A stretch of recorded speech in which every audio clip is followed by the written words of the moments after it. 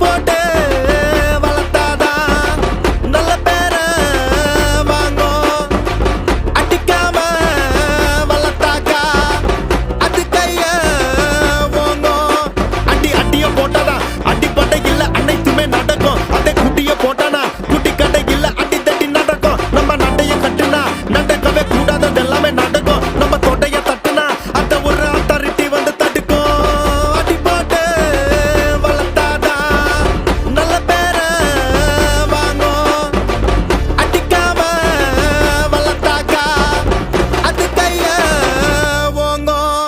ஐ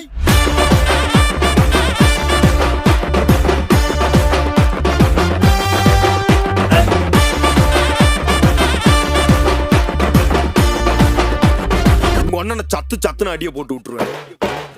என்ன சண்டைக்கு கூட்டாவும் ஒன்னா